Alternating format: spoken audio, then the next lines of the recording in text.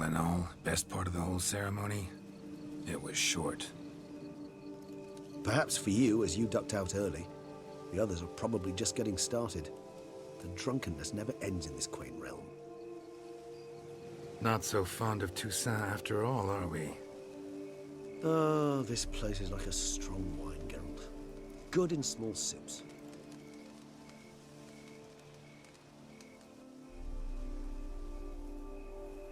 How do you find my personal brew? Not too strong? Just right. Credit the local mandrake of the Alrauna diabolus variety for that. The tubers which grow in this area's volcanic soil have an altogether unique flavor profile and display a remarkably uncommon dark brown tint. Fascinating. All I can say is this batch turned out excellent. Indeed. It might be wise to stockpile some roots for the future. Would you care to accompany me? You decide to go root picking now? It's dark out. Geralt, even were I generously to assume it had simply slipped your mind that I am a vampire and thus need no light to see, I'd never believe you had also forgotten that you likewise have absolutely no trouble seeing in the dark. So, shall we? If you think it's a good idea, let's go. But I think you might be forgetting one thing. Fresh mandrake root of this variety is highly toxic, even to a witcher. Ah, not a problem. I never forget matters of safety and hygiene in alchemy. Here, gloves and a mask. Don them, and you shall be in no danger. Thanks. Right then, let's go. Those Bruxae, they called you a traitor.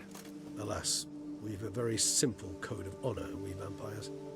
So simple you might call it trivial. Either one is with us, unconditionally, regardless of the circumstances, or... Won't let it go, will they? They will not. Fortunately, we've another rule, an unwritten one, and just as trivial as the first. It is neatly summarized in the saying, out of sight, out of mind. That is why I must leave Toussaint. For a vastly long time, most like. Yeah, I get it. Let us make for my camp. I've an overwhelming desire to have another drink.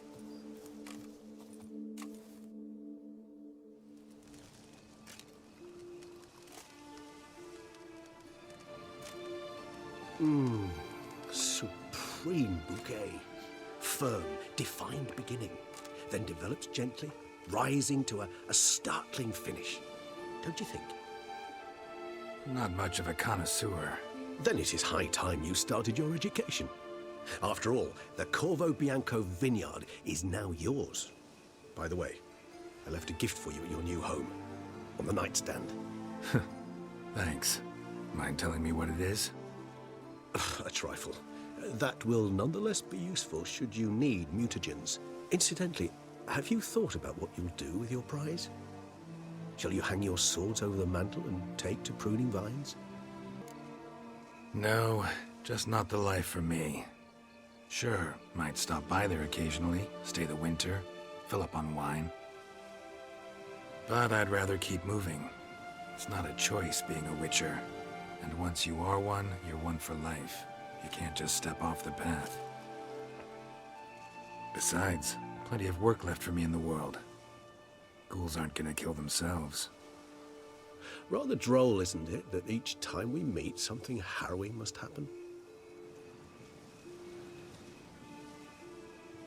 I can remember a night, not too far from here if I'm not mistaken.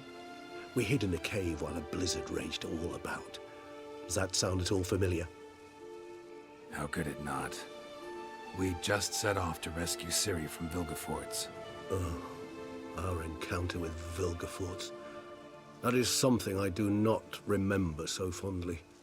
But that first stay in Beauclair, far calmer than this one. Seemed like a land straight out of a fairy tale back then. Its sole problem, cellars too small to accommodate all that wine. Appearances, Geralt. Appearances, like Mamoons and Dopplers, deceive. So what did become of Vilgefortz? Killed him. Sure wasn't easy, though. What about you? Any idea where you'll go? Distance is of the essence. I thought I might venture south. Nilfgaard? Why ever not? The Nilfgaardians are a modern society. None there believe in vampires anymore. This fact alone could be very useful to one wishing to remain incognito. Interesting point of view. I so don't feel like going anywhere. Sit here a while longer? So we shall, my friend. We have witnessed, and in fact on several occasions incited, many great and weighty events. After all that toil, I believe we deserve a bit of a rest. That we do.